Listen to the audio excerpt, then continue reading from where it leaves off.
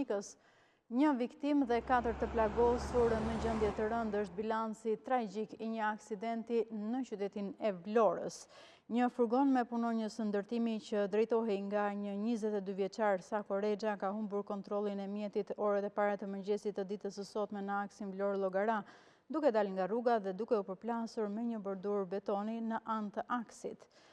Përplasja ka qenë e fortë saqë mjeti është shkatruar plotësisht, ndërsa është dashur ndërhyrja e zjarrfiksëve të cilët prem pjesë të sediljeve për të nxjerrë të plagosurit brenda, të cilët kishin mbetur të bllokuar mes llamarinave dhe hekurave të furgonit.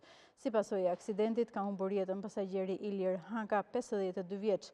Të plagosur kanë mbetur Sajmir Haka, 22 vjeç, Qazim Haka, 44 vjeç dhe drejtuesi Sako Rexha, 22 vjeç, si dhe një person tjetër të cilët janë dërguar në spitalin rajonal për të marrë ndihmën mjekësore.